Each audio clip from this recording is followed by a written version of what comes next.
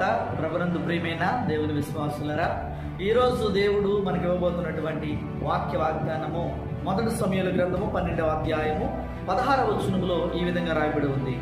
యెహోవా జరిగించు ఈ గొప్ప కార్యమును కనిపెట్టుడి అనే మాట కనబడుతుంది. దేవుడు మన జీవితాల్లో ఏ గొప్ప కార్యం చేస్తాడో ప్రతి ఒక్కరు కూడా ఓపిక కలిగి కనిపెట్టాలి. దేవుడు చేసే కార్యాలు ఆలస్యమైన చాలా అద్భుతంగా ఉంటాయి. మనుషులు చేసే కార్యాలు కొంచెం త్వరగా జరిగినా అవి నిష్ఫలంగా విఫలమవుతూ ఉంటాయి.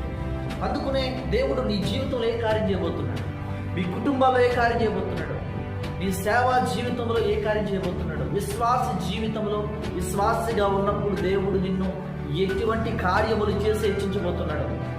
నిజంగా మనం కనిపెట్టినట్లయితే, ఎదురు చూసినట్లయితే, నిరీక్షణ కలిగి ఎదురు చూసినట్లయితే